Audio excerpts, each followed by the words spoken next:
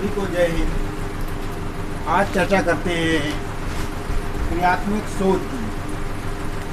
क्रियात्मक शोध, action research. क्रियात्मक शोध को हम अंग्रेजी में एक्शन रिसर्च कहते हैं। आइए जानते हैं कि क्रियात्मक शोध क्या होता है। देखिए, क्रियात्मक शोध जो है आपका एक्शन रिसर्च शब्द से बना है, और शोध जो शब्द है अनुसंधान, तो इसमें अनुसंधान का पर्यायवाची होता है। अब अनुसंधान को हम रिसर्च कह रहे हैं और क्रियात्मक को एक्शन कह रहे हैं। अब पहले आप एक्शन को समझ लीजिए कि एक्शन क्या होता है। एक्शन का अर्थ होता है act on. Act on, act on मतलब तुरंत कार्य करना, इस प्रकार से। और रिसर्च शब्द जो है आपका री धन सर्च से बना है, तो री का अर्थ होता है पुनः या दोबारा, और सर्च का अर्थ होता है खोज, अर्थात सत्य की पुनः खोज, सत्य की बार बार खोज, सत्य की पुनः पुनः खोज। तो ये क्रियात्मक शोध का शाब्दिक अर्थ होता है। और क्रियात्मक शोध का स्लोगन होता है जो वो है समस्या हमारी और हल भी हमारा। समस्या हमारी और हल भी हमारा, ये स्लोगन बहुत ही प्रसिद्ध है। अब इसमें एक्शन रिसर्च को स्टीफन एम कोरे साहब कह रहे हैं कि ये सीखने का तरीका है, सीखने का तरीका। अब इनकी दो पुस्तकें हैं स्टीफन एम कोरे साहब की, एक्शन रिसर्च और to improve school practices. To improve school practices important book है, कई बार पूछी जा चुकी है। अब इसको जरा हम इसके प्रस्तावना में जाते हैं। क्रियात्मक शोध की, तो क्रियात्मक शोध जो शब्द है वो कालियर और लेविन, कर्ट लेविन, कालियर और कर्ट लेविन ने सबसे पहले प्रयोग किया था। और कालियर महोदय ने सामाजिक व्यवस्था का अध्ययन करने के समय इसका प्रयोग किया था। किसका? क्रियात्मक शोध का। अब कर्ट लेविन ने 1964 में कर्ट लेविन ने अपने क्षेत्र अधिगम सिद्धांत में और सामाजिक विज्ञानों के अध्ययन में इस क्रियात्मक शोध का प्रयोग किया था। अब बात करते हैं कि इसका क्रियात्मक शोध का आदि स्रोत क्या है। तो क्रियात्मक शोध का आदि स्रोत आधुनिक मानव संगठन सिद्धांत कहलाता है। आधुनिक मानव संगठन सिद्धांत। और आगे बात करते हैं कि क्रियात्मक शोध जो है एक्शन रिसर्च शिक्षा के क्षेत्र में जब प्रयोग किया गया है, तब उसका श्रेय जाता है स्टीफन एम कोरे साहब को। स्टीफन एम कोरे ने शिक्षा के क्षेत्र में इसका उपयोग किया, और इसीलिए इनको शिक्षा के क्षेत्र में प्रयोग करने का श्रेय जाता है एक्शन रिसर्च का। तो एक्शन रिसर्च का और आगे बात करते हैं कि एक्शन रिसर्च जो है क्या होता है, वो त्वरित समस्याओं का निदान पाने के लिए, उनका हल ढूंढने के लिए किया जाता है। अब बात करते हैं कि इनकी स्टैंडर्ड डेफिनेशंस क्या होती हैं, कि इनकी परिभाषाएं क्या होती हैं। तो परिभाषाओं में आप देख लीजिए कि एक परिभाषा है गुड के अनुसार।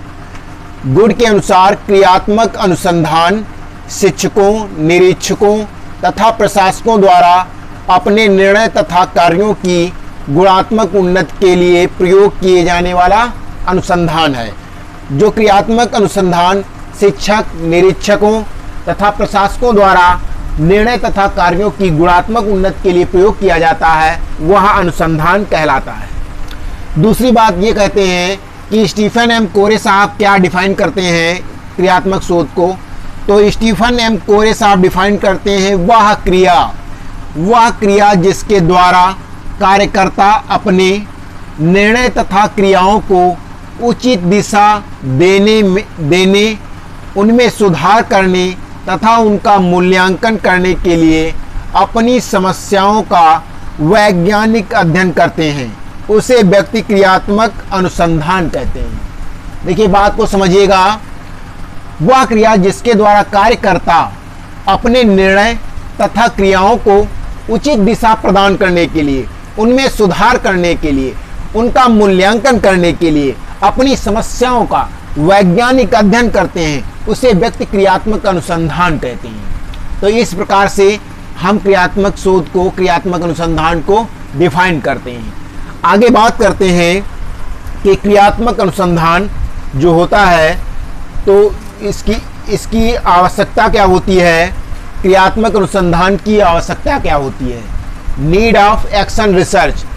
तो सबसे बड़ी बात तो ये कि ये त्वरित समस्याओं के हल निकालने के लिए प्रयोग किया जाता है, इसलिए इसको छात्रों के बहुमुखी प्रतिभा का सर्वांगीण विकास करने के लिए इसका उपयोग किया जाता है। तो पहली तो आवश्यकता ये बनती है कि छात्रों के सर्वांगीण विकास के लिए, छात्रों के सर्वांगीण विकास या छात्रों में बहुमुखी प्रतिभा का विकास करने के लिए हम क्रियात्मक शोध का उपयोग करते हैं। फिर दूसरा ये है कि विद्यालय में पूर्व परंपरागत जो पुरानी रूढ़वादी क्रियाएं चल रही हैं उनको हम सुधारते हैं। तो पुरानी रूढ़िगत परंपराओं को सुधार करके हम नई क्रियाओं को अपनाते हैं। फिर नेक्स्ट में सामाजिक शिक्षा को सामाजिक मूल्यों के अनुसार बनाते हैं। जो शिक्षा है आपकी उसको सोशल वैल्यूज के अनुसार हम शिक्षा को मॉडिफाई करते हैं। शिक्षकों के अंतर नैतिक भावना का विकास करते हैं। शिक्षकों में आत्मविश्वास की भावना का विकास होता है। शिक्षक, पर्यवेक्षक, निरीक्षक तथा वैज्ञानिक दृष्टिकोण के विकास के लिए क्रियात्मक शोध की आवश्यकता पड़ती है। विद्यालय में उपस्थित शिक्षण विधि, अनुशासन, विषय वस्तु, पाठ्य सहगामी क्रियाएं, विद्यार्थियों के व्यवहार, पुस्तकालय का उपयोग, सभी में क्रियात्मक शोध की आवश्यकता होती है। शिक्षा में नवीन प्रगतिशील मूल्यों को समाहित करने के लिए क्रियात्मक शोध को हम अपनाते हैं। यह विधि विकासमुखी होती है क्योंकि पाठ्यक्रम आपका विकास की स्थिति में रहता है, तो हम रिसर्च करते हैं और क्रियात्मक शोध का अनुपालन करते हैं। तो ये आपका विकासमुखी क्रिया के अंतर्गत आता है। नेक्स्ट में सबसे ज़्यादा वर्तमान में इसकी आवश्यकता पड़ती है कि त्वरित समस्याएं जो हैं उनका हल कैसे निकाला जाए। फिर नेक्स्ट में बात करते हैं क्रियात्मक अनुसंधान के उद्देश्य। तो क्रियात्मक अनुसंधान के उद्देश्यों की बात करते हैं। तो उद्देश्यों में विद्यालय के कार्य अभ्यास में उन्नत करते हैं। पहला उद्देश्य कि विद्यालय का जो कार्य है, कार्य अभ्यास है, क्रियाकलाप है, उनकी हम उन्नत करते हैं। दूसरी जो शिक्षकों की उन्नत करते हैं, टीचर्स की प्रमोशन करते हैं। टीचर्स में शिक्षक के गुण जो हैं उनको और उन्नत करते हैं।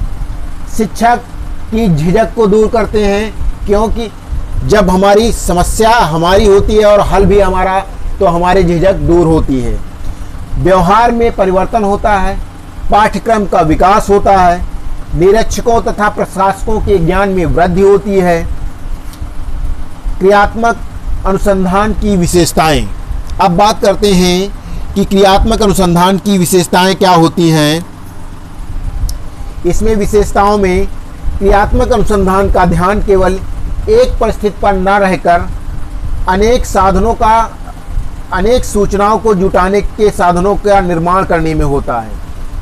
इसको एक परिस्थिति में एक परिस्थिति में नहीं रहता है, अनेक परिस्थितियों पर लागू रहता है। मस्तिष्क में स्वयं की विधियों में सुधार करने का विचार बना रहता है।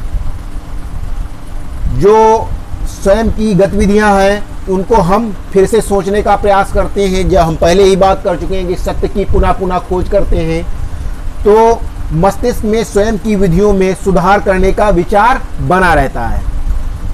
अनुसंधान का ध्यान केवल एक परिस्थिति में नहीं रहकर अनेक परिस्थितियों पर रहता है। देखिए, बार बार समस्याएं जीवन में आती रहती हैं। शिक्षा के क्षेत्र में नित नई समस्याएं आती रहती हैं, तो एक परिस्थिति पर ये कोरिलेट होकर नहीं रहता है। क्रियात्मक अनुसंधान समय की प्रगति की मात्रा को निश्चित करने का प्रयास करता है। क्रियात्मक अनुसंधान विभिन्न प्रकार की सामग्री तथा सूचनाओं को जुटाने के साधनों का निर्माण करता है। जो विभिन्न प्रकार की सूचना हैं उनको जुटाने का कार्य करता है। क्रियात्मक अनुसंधान वास्तविक परिस्थितियों तथा सामाजिक परिस्थितियों में किया जाता है। क्रियात्मक अनुसंधान में विद्यालय अध्यापक, प्रशासक और निरीक्षक एवं कॉलेज विश्वविद्यालय के शिक्षक एक दूसरे के साथ परस्पर सहयोग से कार्य करते हैं। क्रियात्मक अनुसंधान को कार्यान्वित करने व्यक्ति अपने आरंभ से अंत तक सक्रिय रहते हैं। जब शुरू से अंत तक कार्य ही कर रहे हैं तब वो सक्रिय रहते हैं। आगे बात करते हैं क्रियात्मक अनुसंधान का महत्व। तो क्रियात्मक अनुसंधान का महत्व की बात करते हैं। क्रियात्मक अनुसंधान का महत्व क्या होता है? तो महत्व में विद्यालय में सामाजिक कुशलता का विकास करने में सहायक है। तो पहला तो ये महत्व होता है कि विद्यालय में सामाजिक कुशलता का विकास करने में ये सहयोगी होता है। दूसरी बात ये कि विद्यालय के घटकों में वैज्ञानिक प्रवृत्ति विकसित करने में सहायक होता है। विद्यालय के जो घटक हैं उनको हम उनकी वैज्ञानिक प्रकृति विकसित करने में सहायक होता है। नेक्स्ट में राष्ट्र के उत्थान में सहायक होता है। विद्यालय के क्रियाकलाप में सुधार किया जाता है। छात्रों के विकास में सहायक होता है। विद्यालय की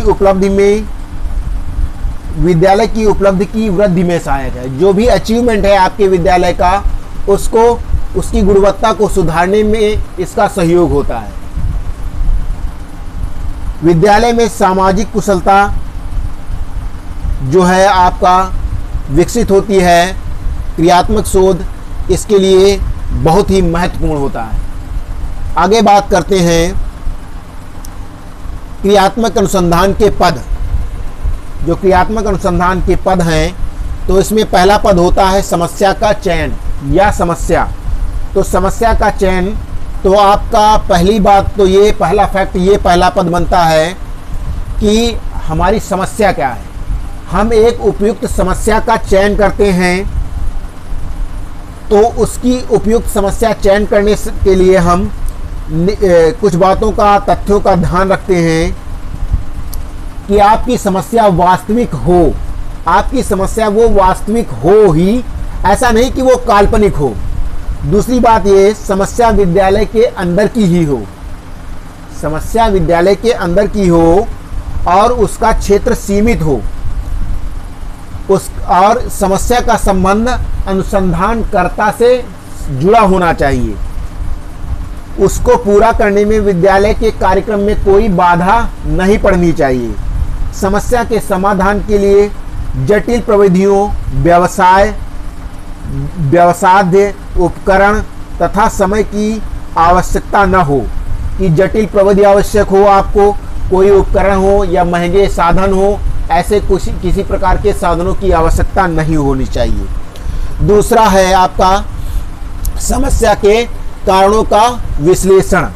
तो समस्या के कारणों का विश्लेषण इस पद में करते हैं कि समस्या के कारण क्या रहे हैं। तो इसमें हम समस्या के कारणों का विश्लेषण करते हैं कि उसका मूल स्रोत क्या है, समस्या का मूल स्रोत क्या है, उसको ज्ञात किया जाए, उस पर चर्चा की जाए।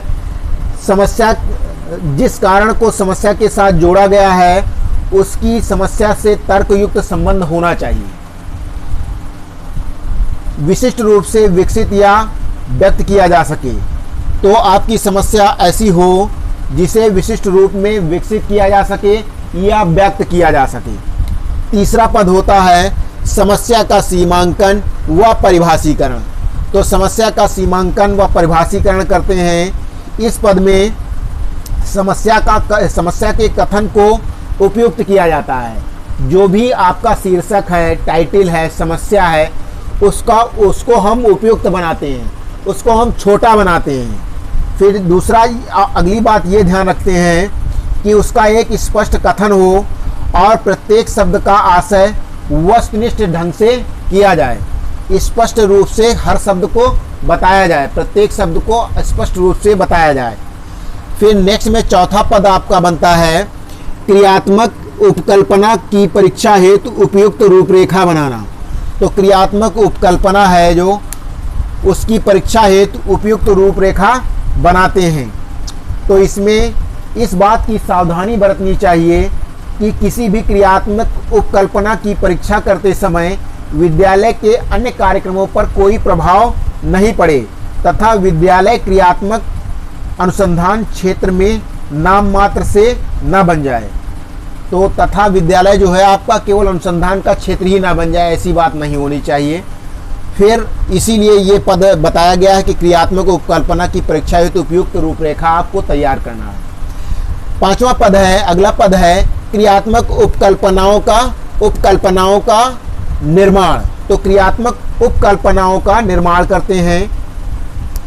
तो उपकल्पना आपकी संभावित उत्तर होती है, इस प्रकार से वह पूर्ण रूप से स्पष्ट हो। जो उपकल्पना बनाते हैं आप, शिक्षा में अधिक समय, अधिक उपकरण तथा अधिक धन की आवश्यकता नहीं पड़नी चाहिए। वह अनुसंधानकर्ता के अनुकूल हो, उद्देश्य की प्राप्ति में सहायक हो, वह परीक्षणीय हो तथा प्रयोग द्वारा सत्यापित किया जाना संभव हो। इस प्रकार की क्रियात्मक उपकल्पना का हाइपोथेसिस का निर्माण करना चाहिए। जो उपकल्पना आपके परीक्षण के योग्य नहीं है, उपयोगी नहीं है, आपके लक्ष्य की ओर नहीं ले जा रही हैं या कम उपयोगी हैं, तो उनको हम डिस्कार्ड कर देंगे। और आपका नेक्स्ट में पद बनता है निष्कर्ष। तो निष्कर्ष की बात करते हैं, तो जिसमें निष्कर्ष में या निष्कर्ष का प्रतिपादन है। तो और आगे बढ़ते हैं कि जो उपकल्पनाएं हाइपोथेसिस हमने बनाई है, यदि वह उपयोगी नहीं है तो उनको हम हटा देते हैं, उनको त्याग देना उचित रहता है।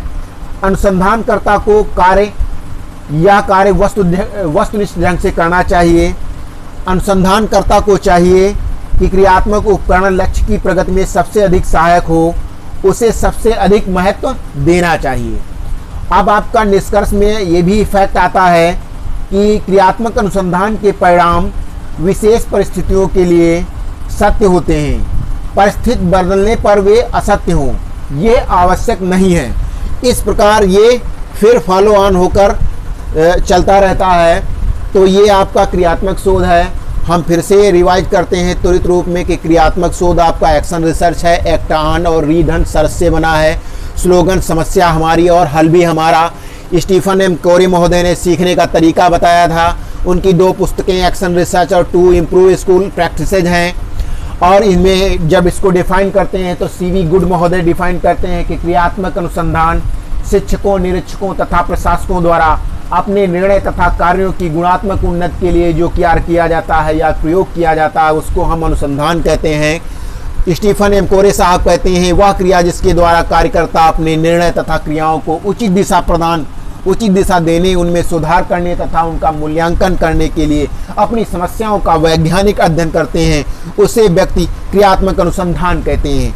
आगे बात करते हैं कि इनके आवश्यकता, महत्व, उद्देश्य और उनकी चर्चा की गई।